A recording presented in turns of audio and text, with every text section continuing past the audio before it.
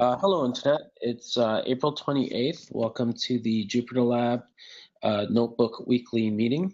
Let's see. Today we have actually a smaller group than normal, and let's start with the JupyterLab list on here. I think we might get some iPad widgets later. Not sure. But okay, so there's a bunch of stuff in JupyterLab. And maybe the first part, the factory design pattern. Brian, do you want to take that? Sure. So I've been working on some notebook-related things and have been dealing with the current factory pattern that we're using. And just as a review, so we use a factory design pattern to allow users of a class to customize children content of the class.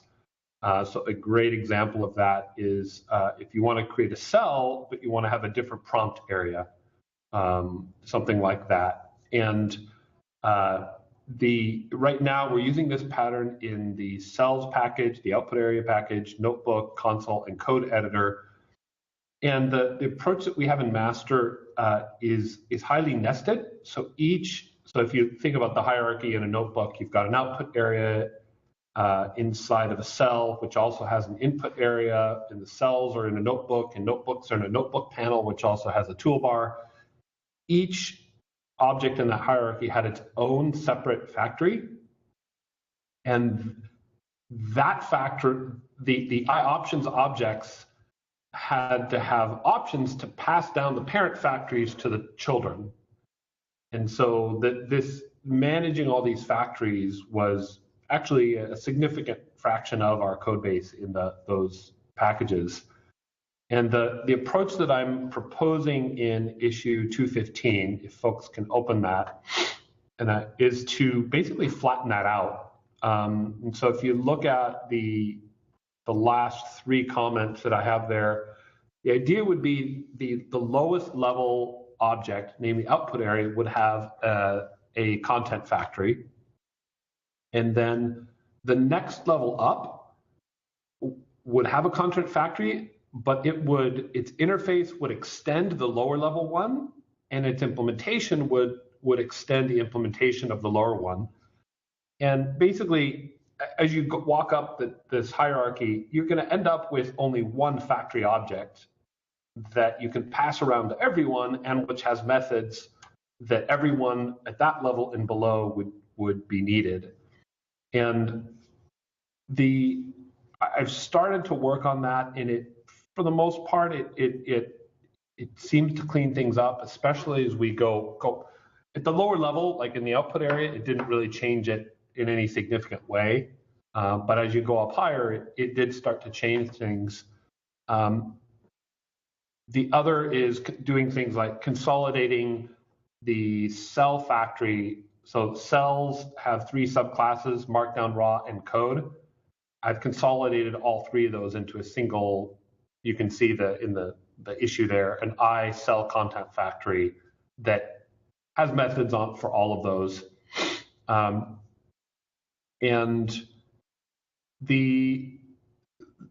So I at least wanted to bring this up so we can chat about it. Some of the issues I'm running into is that the sort of unification and flattening works well if all the factories are propagating up from children.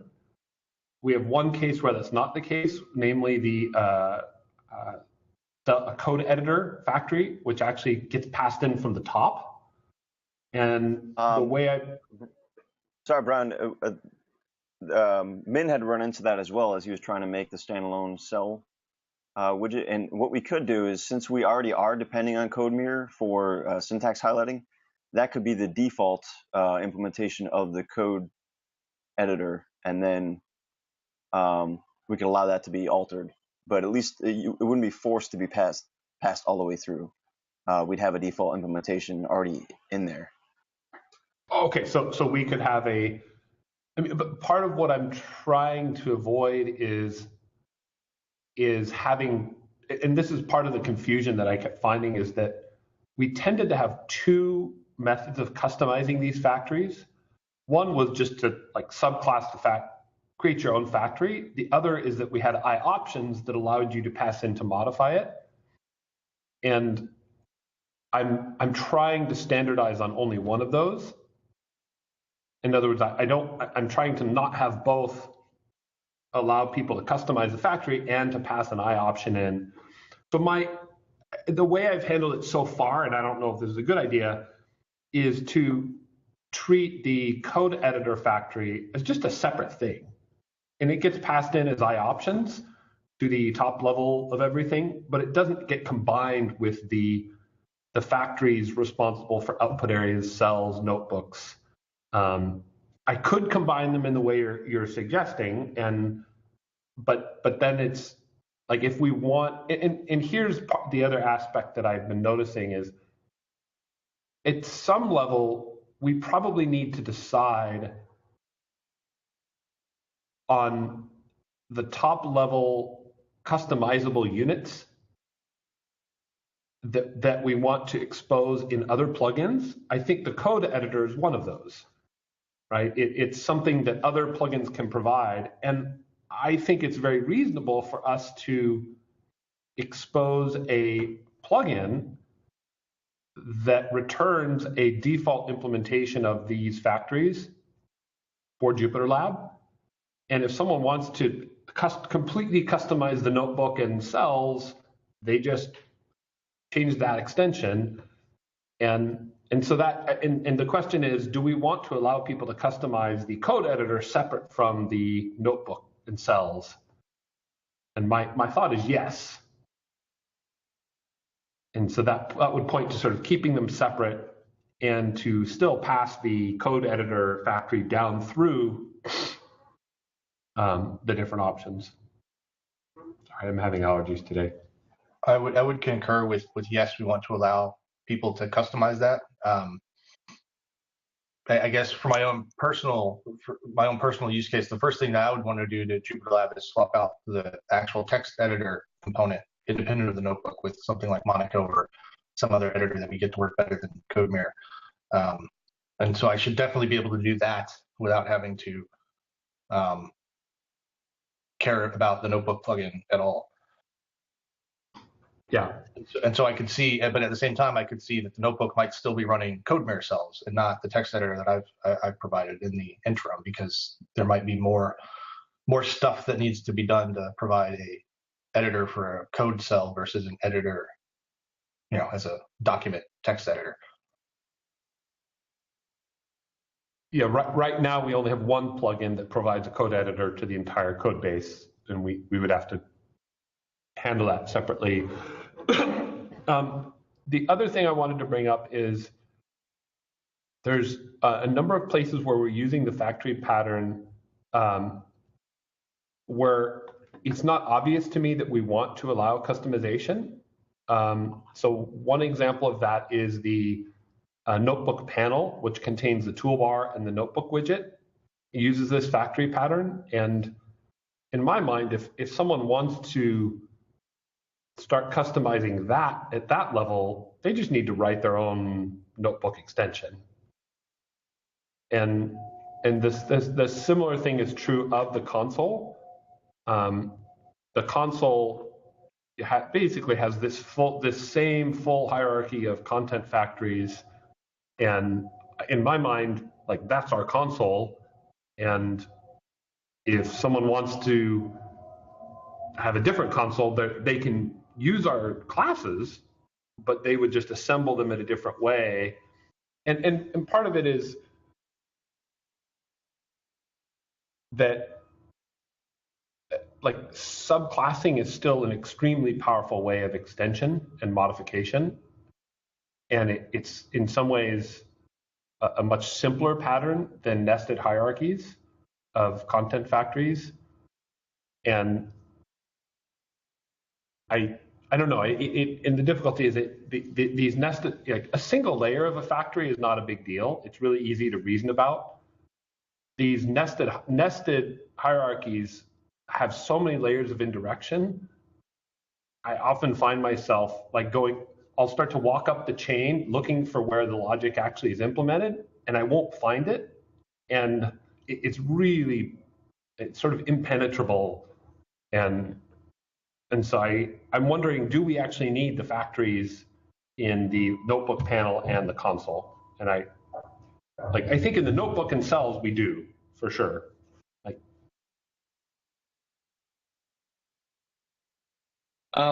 Saying reserve a factory for cells and not anything else? I think I would. I haven't. I think notebooks need to take a cell content factory that is used to create cells. What I don't know is if the panel should accept a notebook factory. That's maybe the big question. And to me, we're not. And another question, like from a philosophical perspective, with extensibility, my rough philosophy is only implement extensibility where, one, you're either already using it yourself, or two, where you pretty much are sure that there's immediate usage cases where it's going to be used. And like, to me, like, we're already going to use the cell factory. Like, in a statically rendered cell, there's some controls that don't make sense, right? You're not going to have a play button. You can't delete the cell, things like that. So I know we're going to use that. I mean, in my mind, the notebook itself and the toolbar, I think we're going to be a little more opinionated and say, hey, that's our notebook. If you don't like it, you're welcome to write a new notebook plugin and use our classes. But we're not going to allow it to be automatically extended with an extension. Brian, what about, so I think for the console, I can't think of a good example, so I'm going to just flat out agree. But for the notebook, I can imagine a plugin author who says, all I want to do is put in my fancy toolbar that is in, I don't know, a right to left language or something like that, but I want to leave the rest of the notebook to work exactly the way it does. Is that a good enough thing, or do you think, nah, like let them subclass? That's not too big a deal, subclassing, so just that's good enough. Well, so here's how I would phrase that is, so there's two contexts where they could extend something. In JupyterLab or out of JupyterLab. If they're extending something in JupyterLab, unless we expose that API all the way up at the highest level of extensions, they're going to have to, like, in other words, if we wanted to allow the notebook toolbar to be provided by an extension, then yes, like I totally understand. If then we're propagating it all the way up there, someone can say, hey, I just built a JupyterLab extension that has fancy toolbar, install it, and it just works with JupyterLab. That makes sense. The other extension situation is someone's using our components outside of JupyterLab. And if they're using our components outside of JupyterLab, subclassing, like if we had a method on the notebook panel that was create toolbar, like they override the method and they're done. Like they keep using it and they're happy. And so in my mind, the factory pattern is more useful in JupyterLab, and when we expose those factories all the way up to the top level extensions. But we're not, and this is the key, is currently none of these factories are exposed up at that level. And so they're sort of adding complexity for usage cases, and it's basically like what Min ran into, right? Min, I mean, even if he wanted to customize things, having to create these factories was not in any way needed. Yeah. And I guess the existence of default factories is insufficient because it's really composing of that object that's so difficult, or the composing of how do I thread down this factory, right? Because we have default factories that are all accessible, but that doesn't simplify it conceptually. Yeah, I mean, I find your proposal is easier to understand even at like just the introductory level. I had a question about why Notebook Content Factory inherits from the Cell Content Factory and isn't just a whole separate thing. Because you want to pass in the whole thing, right? You want to pass in one object. Never mind. Sorry. And also, it means that by using an inheritance like that, someone who wants to create notebooks in a different context can just use that single factory object that's a default. And actually, I think what I'll even do is the I options for that notebook content factory will default to our default implementation. And so literally someone can just create a notebook object and it will work. Right. Yeah, no, I think that's great. Okay. And maybe, I mean, part of it is I want us to have principles, like ideas that we follow when just making these decisions. What about the two principles? One is only use a factory where we actually want to allow consumers of a class to customize it. And then the second would be, and I think this is a softer one, is another litmus test is, are we exposing that extensibility all the way up to the plugin level? Or are we using the extensibility ourselves? So for example, like I think we are going to use different cell factories to create different types of prompts for maybe the console and notebook, or like Ian's reusing the markdown cell in the chat widget. I could absolutely imagine that we ourselves are going to customize in that context. And so either we're using the customization points ourselves, or we're exposing it all the way up as an actual lab extension point. Do these principles sound reasonable as a start? Yes, I think so. The first principle, I mean, to be fair, that was the concept, all right. We went back and we added factories because we were thinking, okay, but can we help somebody not have to subclass? So that was the idea all along. It's just that I think your second point it brings up is that it's almost not accessible to anyone because it's not at the extension level, and that's really like there are multiple tiers of consumers, and not all tiers are going to be talking to our class level docstring API. They're just going to be caring about what's being exported by our extensions. So yeah, that makes sense, I think. Okay. So that's the end of that point. The next was just more of a management thing. There's a bunch of different issues that Cameron and I are working on for notebook and cell design, and we're trying a GitHub project to track all those. And sort of the idea that I'm working with there is, it's an example of a set of issues that aren't a milestone, but sort of go together. And I figured, well, in the past, we've tended to track that as like a meta issue, but meta issues tend to be really difficult to keep up to date. And so I don't know, we'll try that and see how it works. And then that's all I have under the JupyterLab section. So are you creating those in the GitHub projects? Yep. Tool? Yep, just for the repo, not the org. Okay. And you click on the link there in the Dropbox paper, it'll show it. And yeah, so we'll just an experiment. Cool. Great.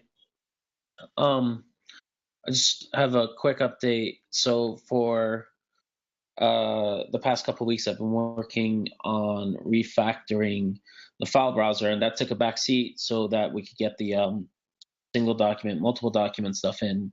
And I've been back on that this week. Basically, the place where I am now is really close to complete separation of the things that really belong as doc manager commands. Things like just open a file. Here's a file. Go open it. That shouldn't rely on a file browser, or things that appear in the top level file menu basically should be coming from the doc manager, not from the file browser. And they all are now coming from the document manager.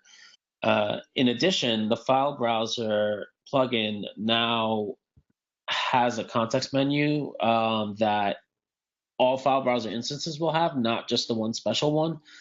And I've gotten rid of all except the last few, which I'm about to do now, of all of the temporary commands that it would generate and dispose and temporary and dispose. Now there are just one set of commands, and that's all.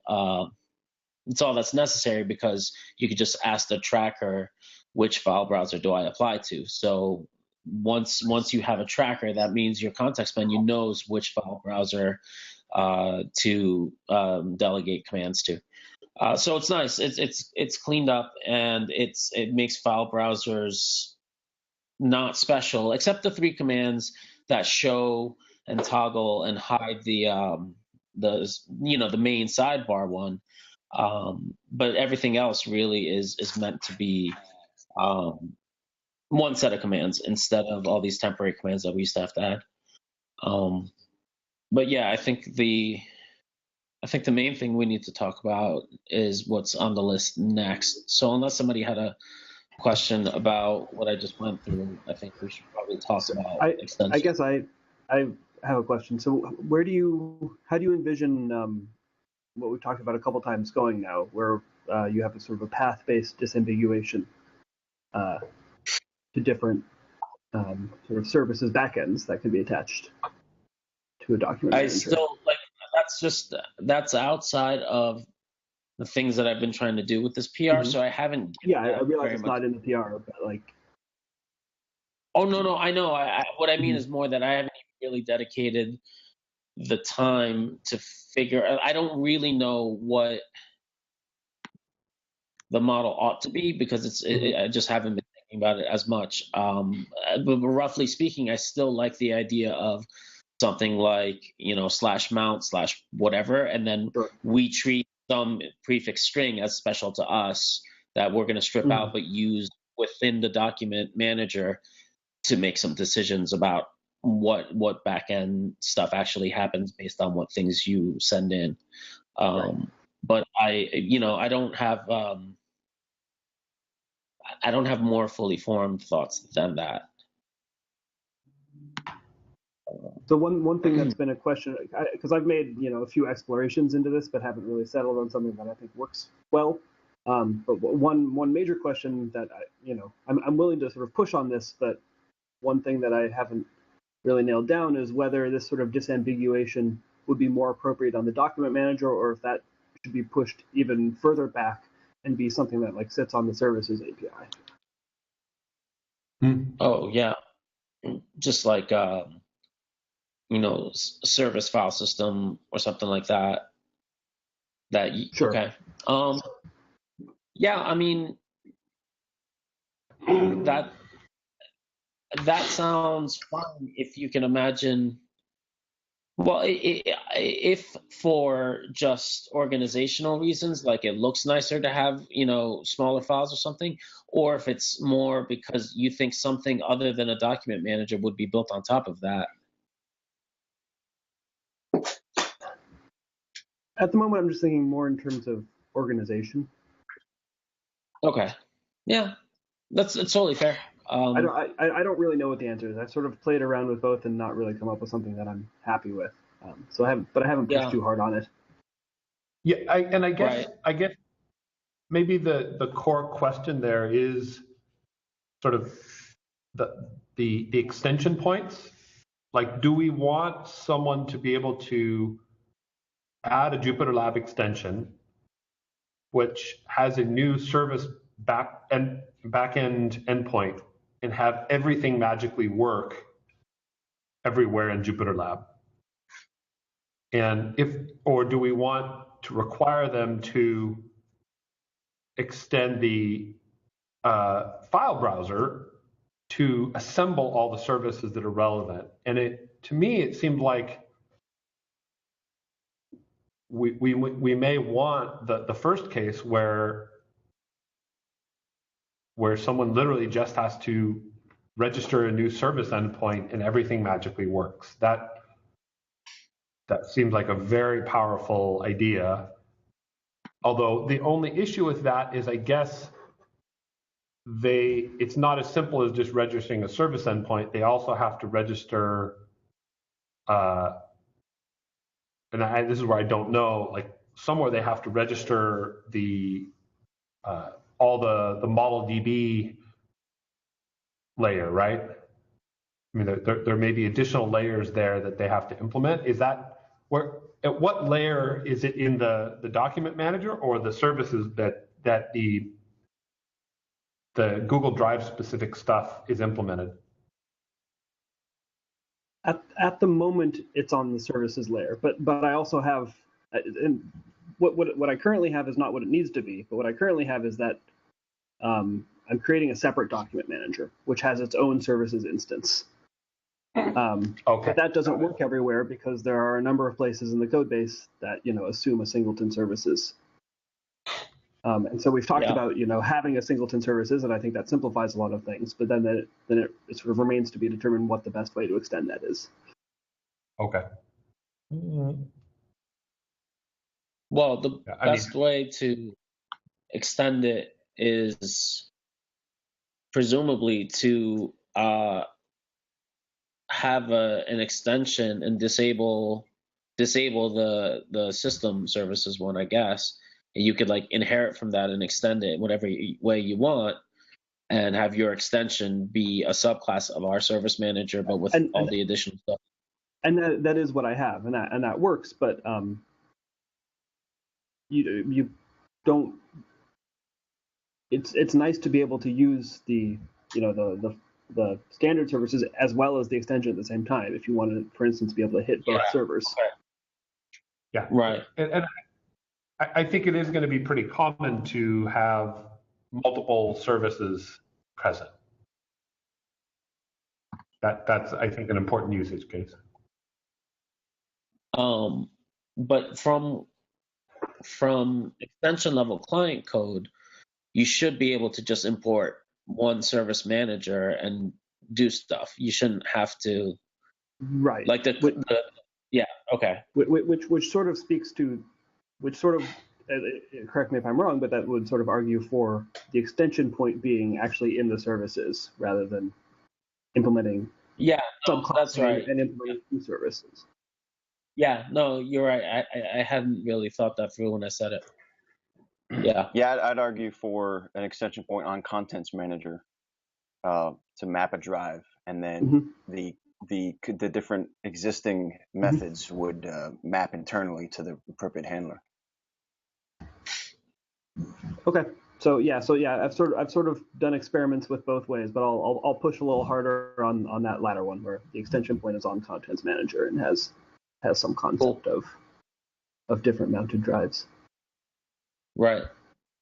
And so is that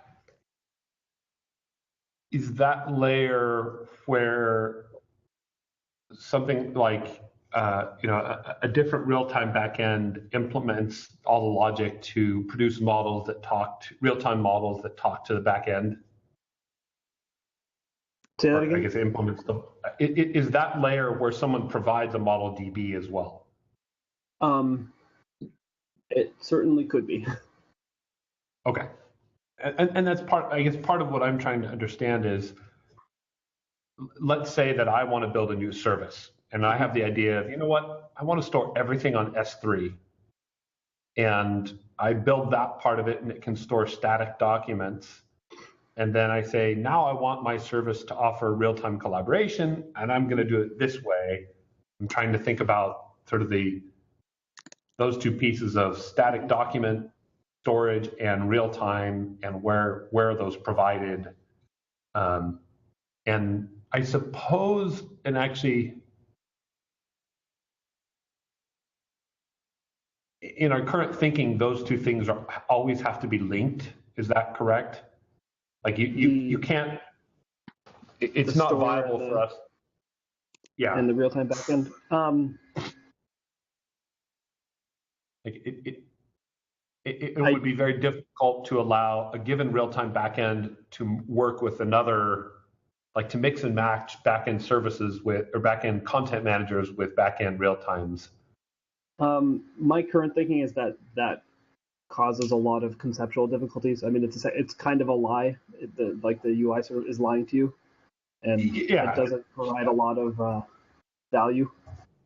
Yeah, and that's where I think we ran into all the problems with trying to offer Google real-time collaboration based on local files. Our answer was just move the local files over to Google and work on them there while you need the collaboration. Yeah. So that sort of points to a service having, conceptually, a service being a content manager plus an optional real-time ModelDB implementation. Yeah. Okay.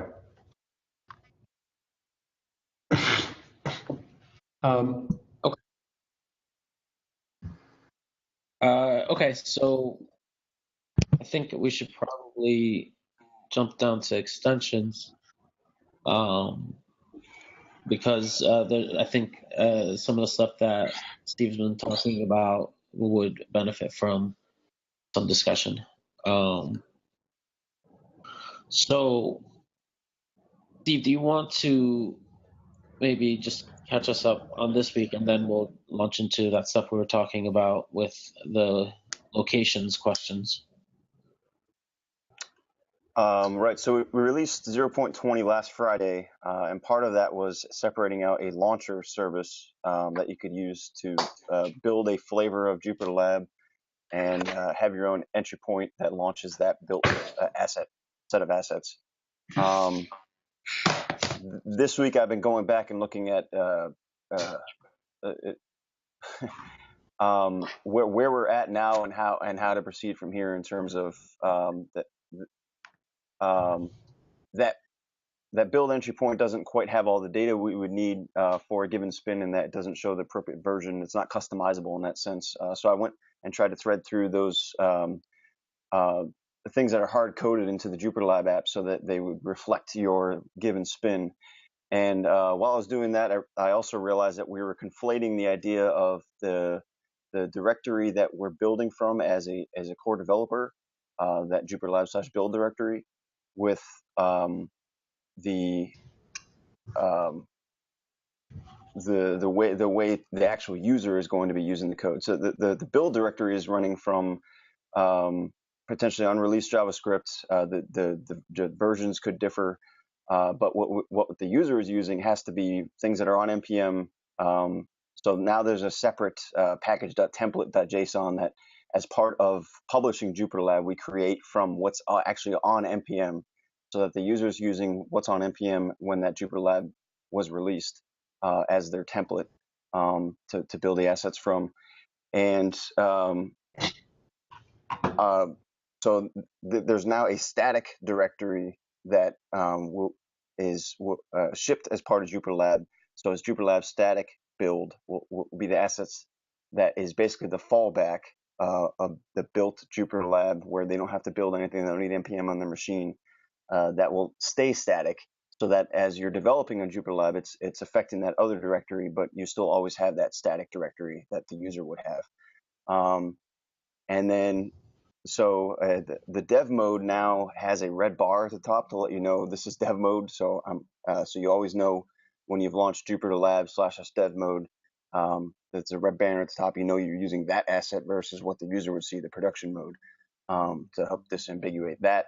Looking at, again, how to thread through the appropriate metadata, the version, the title of the application, based on the build config.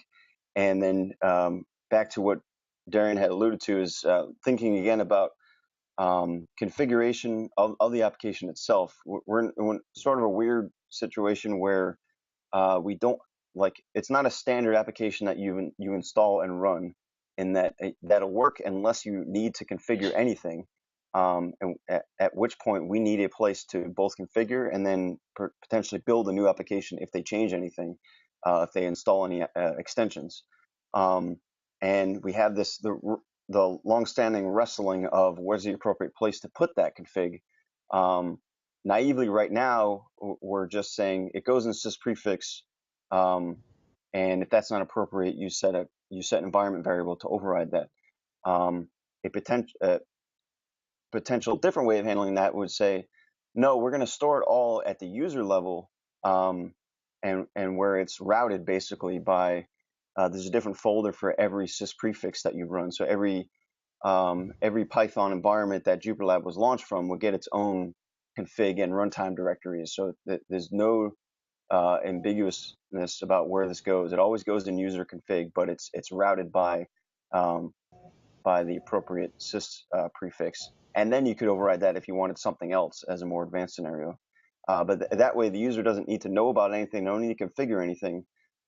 If they needed to go and look for that directory, we provide a command line switch that says, here's where the files are actually stored, and it's some hashed directory under their user Jupyter folder as a potential way, so that if someone had installed JupyterLab at, say, the pseudo level or the system level, we always have a location that we're storing the user config and anything that they change in the environment. It's a known location, and we're not dependent on trying to guess if they're in a virtual environment or any of these other things. So that's just where we're at now, trying to sort through all this. What makes sense? Does that sum it up, Darian? Yeah. Are we? Yeah, that. Go on, Brian. Are we? To what extent are we following the way the traditional Jupyter notebook and other applications load config from different directories? Well, the problem with that is there is the JupyterLab itself is really just a launcher going forward. Once you've built anything, it's the thing you're running is actually some static asset that you built somewhere else. It's not where you installed JupyterLab, because we can't necessarily write to that same directory. So it's unlike any of the other existing Jupyter applications in that where you're launching it from is not where the thing you're running has to be built and coincide one-to-one with your entry point. Whereas before you could launch Jupyter Notebook and it would be loading the core assets always from where it's installed, and then it would attempt to load the other extensions from wherever and potentially combine those. But we have to point to a single other asset. There's no more combining. It has to be known one-to-one what you're actually loading and what you're configuring.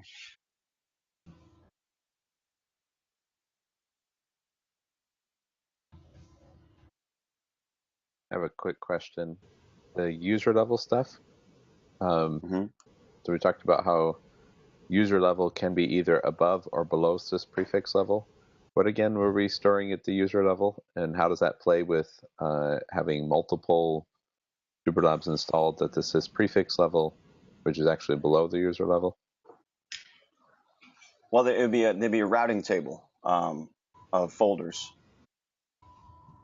based on sys prefix. So there'd always be a known location of both the config and the build of the data directory for a given JupyterLab. So if you just launch JupyterLab, it's going to use those folders, period. We're not in the case where we're forcing a user to make a decision that they may not be ready to make when they launch JupyterLab. They always be, as soon as they install it, they can run it, and it will if they try to configure something, it'll be in a writable location that they can configure and change the application without having to know anything about config paths up front. So the user experience is more in line with what Jupyter Notebook is now. You install it and run.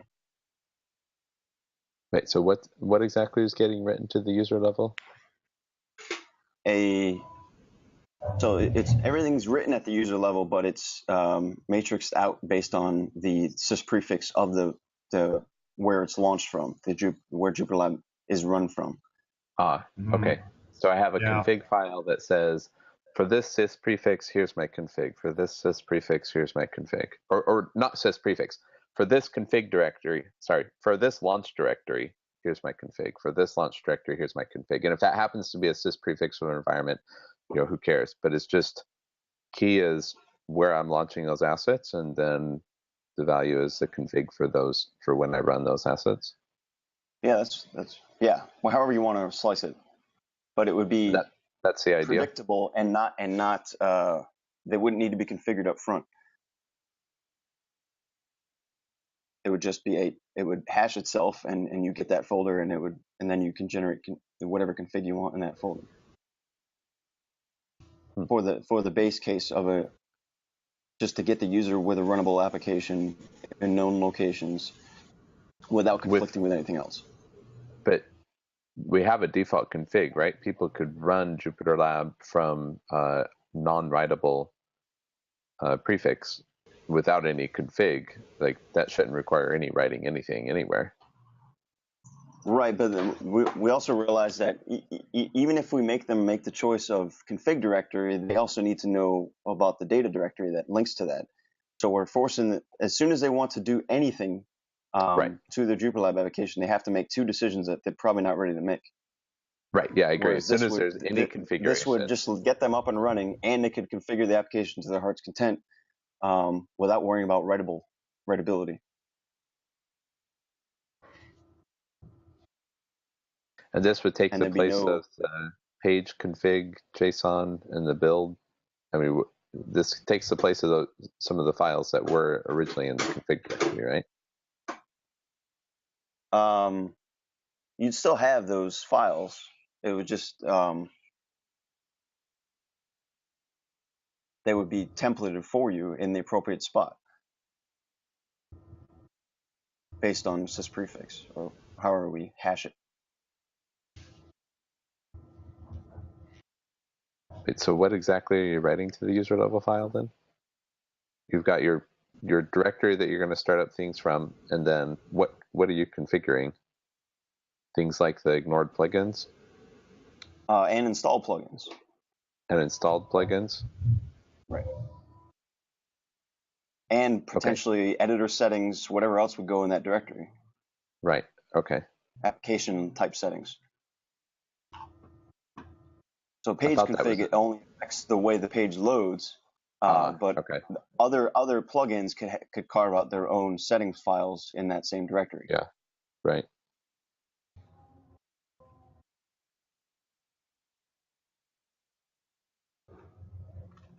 Well, I regularly blow away my user level config because it conflicts too much with my sys prefix config. I'll have to stop doing that if it's blowing away my entire routing directory. Unless we wrote to .JupyterLab instead of .Jupyter, then it would keep them separate. I think writing to JupyterLab is entirely reasonable and sensible. You could say .Jupyter is the purview of the Jupyter config system, which we are not taking part in at all here. And anything under that is part of the traitlets config thing. And in fact, I mean, when you start JupyterLab, it's going to start actually a notebook app, which would use stuff in the .Jupyter or the sys prefix Jupyter, et cetera. So really the config is sort of spread around, right? The JupyterLab config is maybe in a .JupyterLab, but the Jupyter space lab as a notebook server config would be stored in .Jupyter. Yeah, you could say .Jupyter is the config system, and we're not doing that. So we don't want to make it appear like we're part of the config system. We want to have a separate location.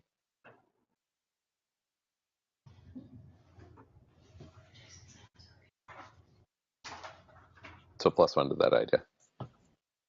Okay, so I'll experiment with the idea of the JupyterLab folder with the hashed locations, so there's no confusion. The user can get up and running, and then it's just a little more explanation for the advanced use case of I want to go manually edit these things. But I think that's a fair trade-off.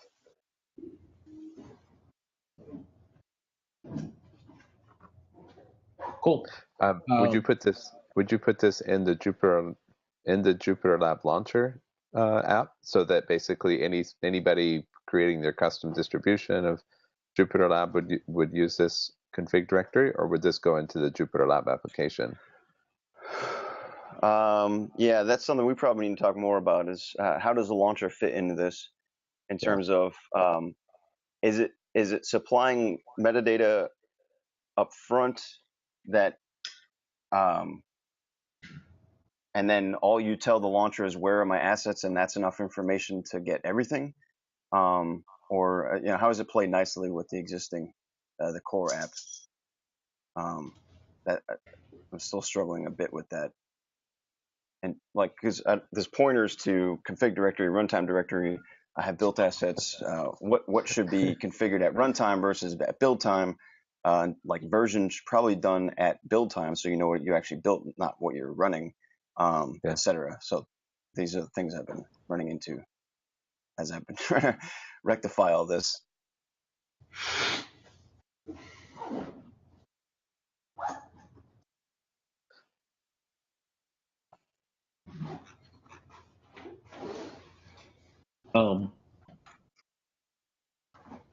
I think that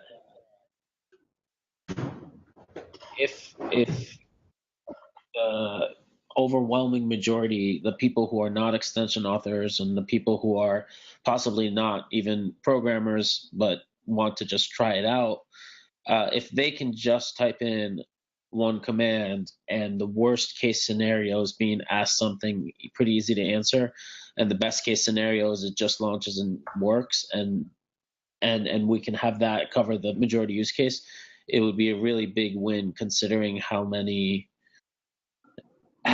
different constraints we have to meet with the extension system and the various types of installs that can be. So I like this idea. One question, and that is, as we think about offering an Electron app for JupyterLab, is that another launcher on the back? I mean, the Electron app would optionally start a JupyterLab server. Would it? Is it a completely separate question that we can worry about later, or do we need to think about? I think so, because we might not even use the notebook server at all at that point. It might be more like the kernel gateway that we're talking to. It might make more sense in that scenario. I would imagine both. Like I would think our Electron app would both work with existing running servers or gateways, or in a vanilla situation would just start up a local server in the home directory.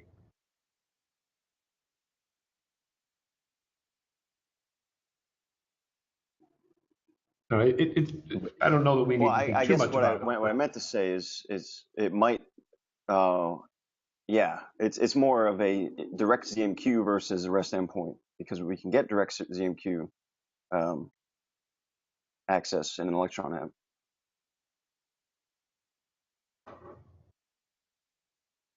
Well, but I think we would still be going through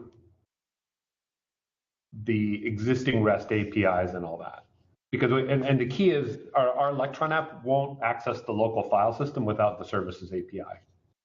That's the key, because if we are strict and stick to the services API, we could point that Electron app at any Jupyter server like one running on Jupyter Hub or like it.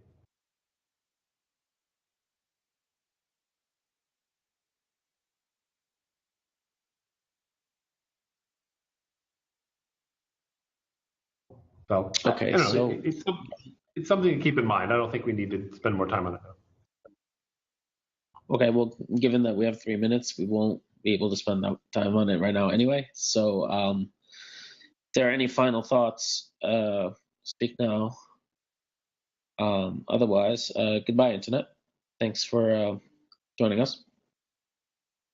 I have And one more thing. if there's what's that? I have one more thing Yeah.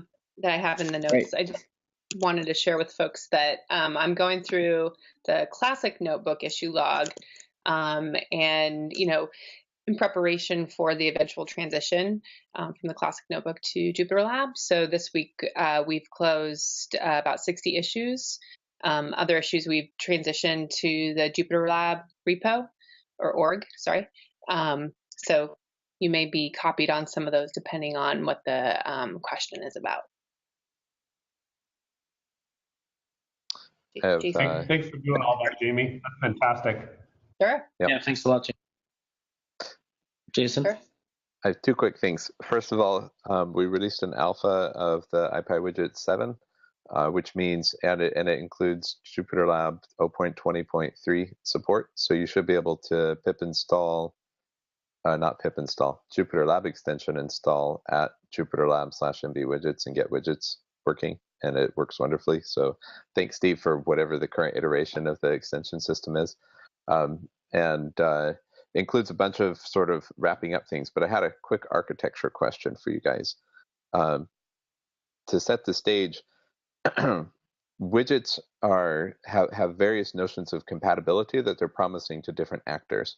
Widgets are a JavaScript package that can be extended by people, but they're also a JavaScript package that's speaking a protocol to a server.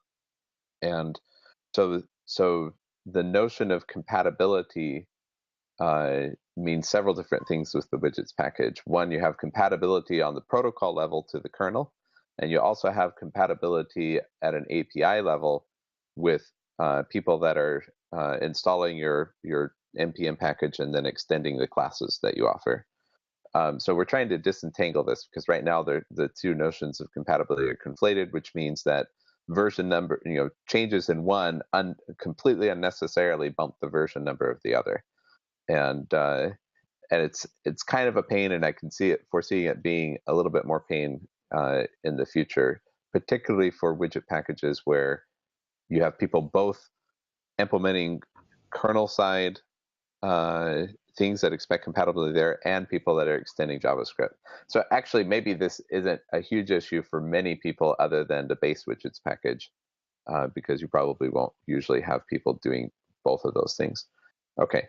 So we're trying to disentangle these two notions of compatibility, or trim down the packages enough so that they can be conflated reasonably. And one thought was we blow apart the current widgets package and essentially say that the current core widgets that we have are not meant to be extended, as in they're not meant to be a dependency of an npm package and you inherit and you create your own class, subclassing one of our widget classes, and instead force the version number, the npm version number, to only basically track protocol compatibility, compatibility with a kernel client that's implementing a specific widget message protocol.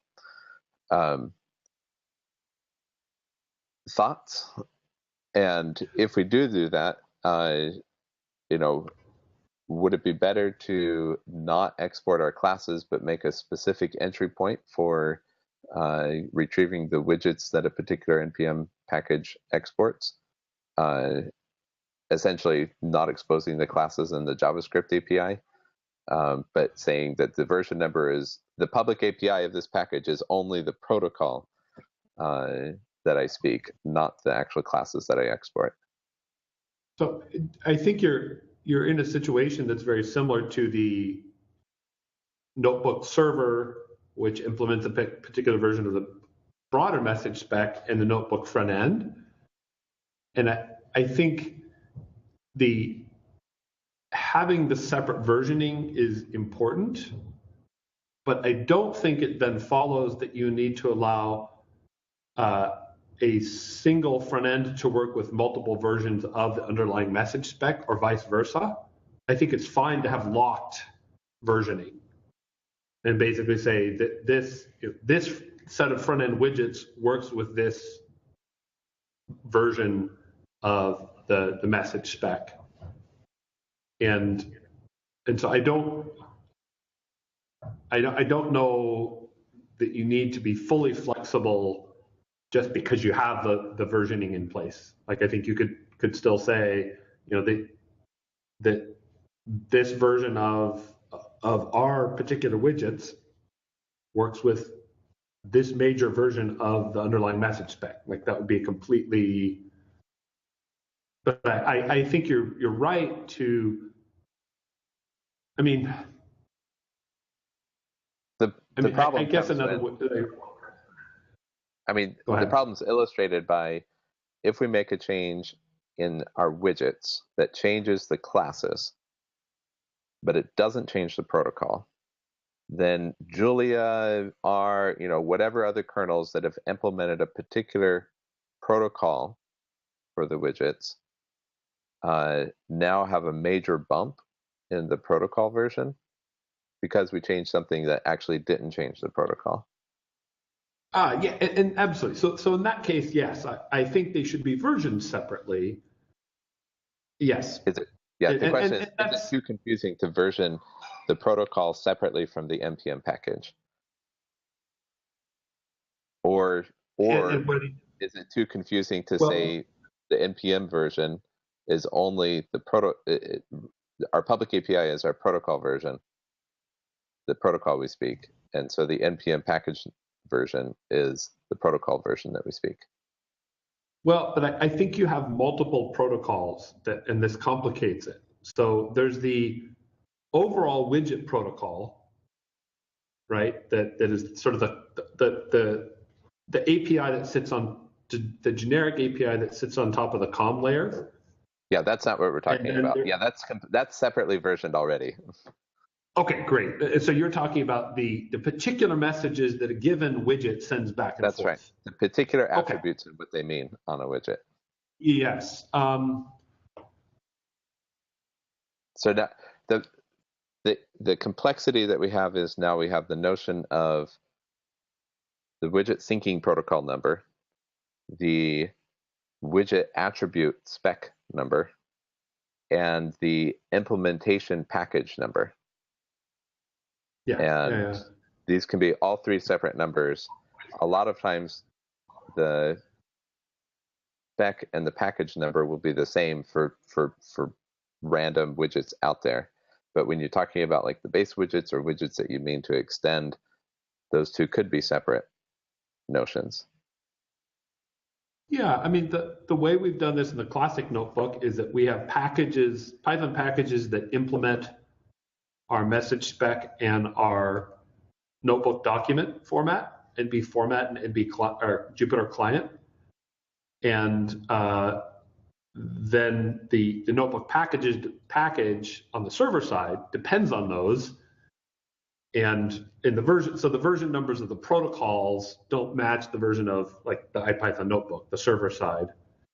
But the implicit promise I think we're basically making is that a given version of the notebook supports a given set of versions of that protocol.